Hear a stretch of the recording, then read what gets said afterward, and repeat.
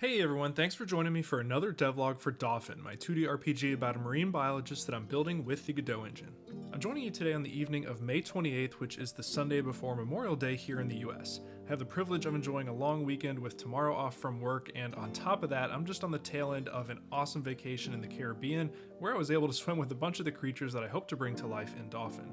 Needless to say, after all that, I'm feeling very well rested and charged up and ready to get back into development, and with tomorrow off, it seems like a perfect time to jump in.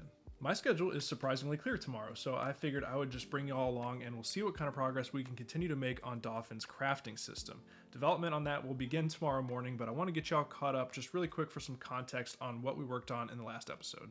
At the end of the last devlog, we were left with a basic functioning crafting system, which is awesome. We can select the hammer from the player's item bar and click to pull up the crafting menu. At that point, the player can collect ingredients, and the crafting system will look at the player's inventory to determine what they are eligible to craft. If we do have the ingredients required for a certain recipe, we can click the craft button, and we'll see in the player's inventory the item that they just crafted. At the very end of that episode, I created a new craftable item for the player called the Basic Tent.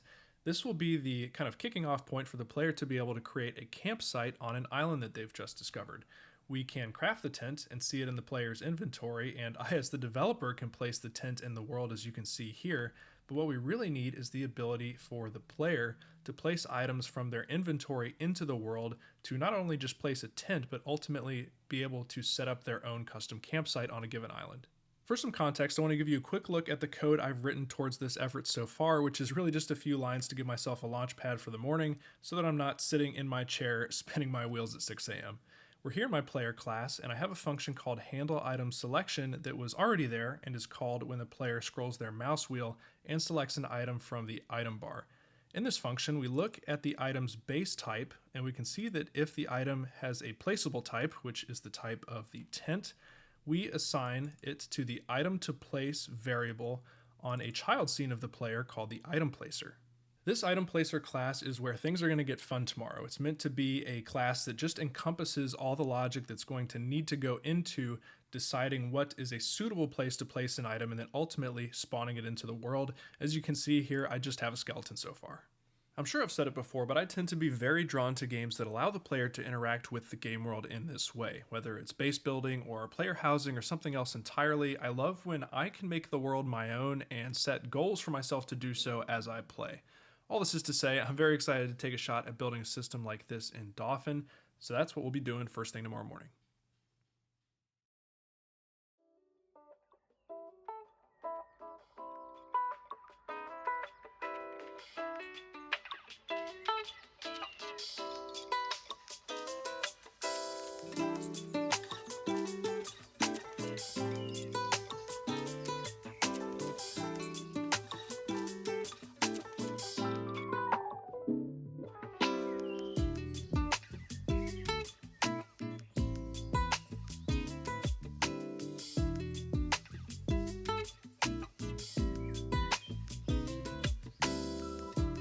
Hey y'all, quick check-in here in the morning around 8:30 or so. Been a pretty typical Monday morning for me so far. Alarm at 5:30, workout at 6:30, and since it's Monday, weekly aquarium water change and watering the house plants with that aquarium water, which is, by the way, my entire secret to having cool-looking plants thrive on my desk.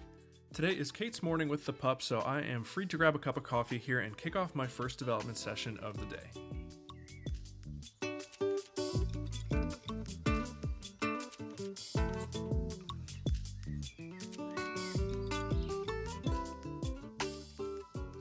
Alright y'all, joining you back here just after 10 o'clock with a pretty cool update on this functionality. It's actually coming along much quicker than I expected. You can see we have the tent down here in the third position of the item bar, and if I scroll over to that with the mouse, we will see a preview of the scene that will ultimately be placed into the world rendered on the mouse. And there's a few things happening here. You can see that this particular preview is slightly transparent so that we can kind of see what's behind it if we try to place it in front of something. And you'll also see that it follows the mouse around but rounds to the nearest pixel so that we stay kind of pixel perfect here. Collisions are turned off for this preview so you can kind of move it around anywhere you want. And when you click the mouse, we will actually see this item spawn into the game. It will be removed from the player's inventory and item bar, and now the player can collide with it, and it's just as much a part of the world as anything else we see here. Apart from just this happy path, I've also coded in support for if the item is unplaceable. Now currently there's actually nothing in the code that determines whether something is unplaceable, but you can see that when it is, we'll apply a red shade to this preview, and when you click the mouse, you will not actually be able to place this into the world. This is just hard-coded right now, but you can imagine in the very near future, we'll be programming this based on collisions with existing entities in the world. I can already tell this is going to make for a really good Dauphin deep dive, but I do want to give you a very quick walkthrough of the life cycle of how I'm spawning this thing into the world. So in our item placer class, the most important variable here is the preview instance. This is the instance that we're actually seeing with the partial transparency that follows the mouse around in the world. When an item to place is set on this item placer by the player, when the player selects it from the item bar, we will call create placement preview. And down here in create placement preview, this is where we actually set the preview instance. So we load the string that's part of the item that will actually create the scene of the item that we're going to place in the world. We'll create an instance of that scene, so an actual node 2D, and that's what we save as the preview instance. Once we have an actual value for the preview instance here, there's a lot of stuff that happens in this script. Up here in physics process, when this instance is not equal to null, we tell it to follow the mouse position around, and this is where we're doing the rounding. In unhandled input, again, when the instance is not equal to null, we call place item when left click is pressed. And down here in place item, you can see that what we're doing is not actually removing preview instance from memory. We're not calling queue free. All that we're doing is setting the instance here in this item placer class, or rather the reference, to null. That means that the item that spawned into the world can continue to stay there, but we're no longer doing a bunch of processing on it as if it's an active preview. So within just a few hours here, we've written about 150 lines of code, I'd say, that do a really good job of the beginnings of placing items into the world in Dauphin, which is super exciting. Obviously, the next step is going to be hooking up collision here so that we can understand exactly where we are eligible to place new items. And that's going to mean not only building collision of this type for these new placeable items, but also retrofitting that to all of Dauphin's existing entities that a placement could collide with. For now, I think I've definitely earned a break. I'm going to take a few hours off, eat some lunch, probably play some Zelda, and meet you back here in a little while.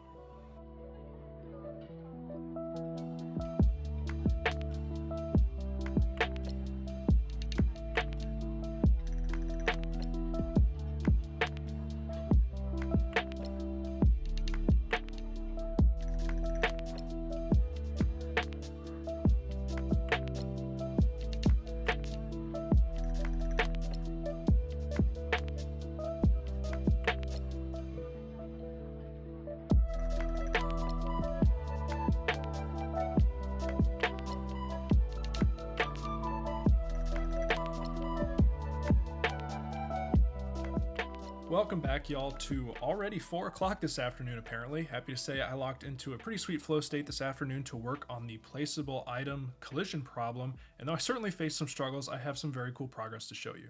As always, we'll jump right into the demo here, and I will attempt to walk you through all the changes I made this afternoon in a cohesive manner. There were a bunch, so we'll just see how it all fits together. We will select first the tent from the item bar, and right away you'll notice that a couple things are happening. Below the tent itself, which is still green and transparent, we have squares that are meant to represent the footprint that this item takes up when it's placed in the world. These squares are all green right now because they are not colliding with anything that would prevent this object's placement. You'll also notice that when I switched to this placeable item, we see other squares appear around other entities in the world. And in fact, these are the squares that we need to watch out for if we are placing this item. If I actually get this tent too close to an existing entity in the world, you'll see that the particular overlapping squares that make up this kind of footprint grid will turn red, indicating that we cannot place with that overlap happening. So if I click right now, nothing will happen, nothing will get placed. As I move around, you can see those various squares change. But if I get to the point where all the squares are green for this tent, I can place the tent and everything goes back to normal.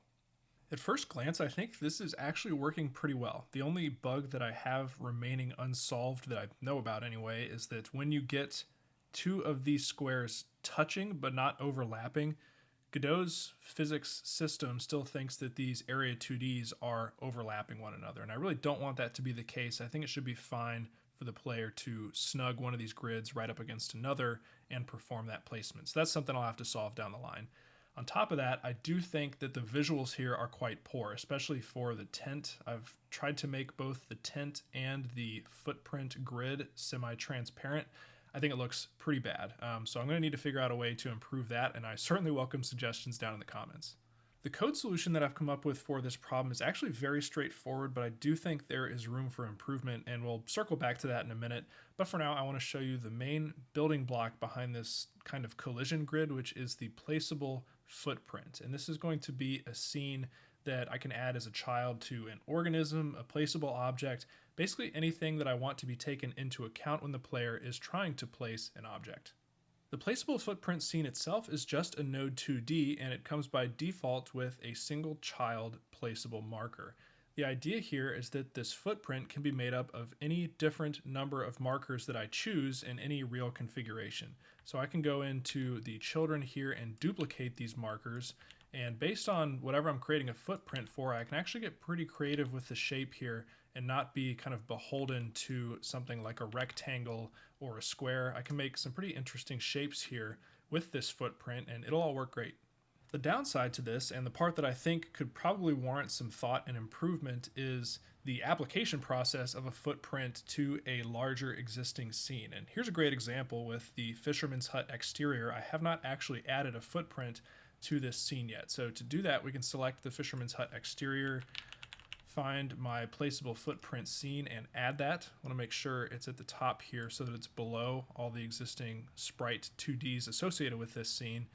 And then basically at this point, I want to make its children editable and then move around these markers and continue to duplicate them to make them take up the actual footprint that has been created by this scene. So to actually do this, I would need to go in and create a placeable marker, drag this where I wanted, and then continue to duplicate and build out these markers until I had the correct shape to match this scene.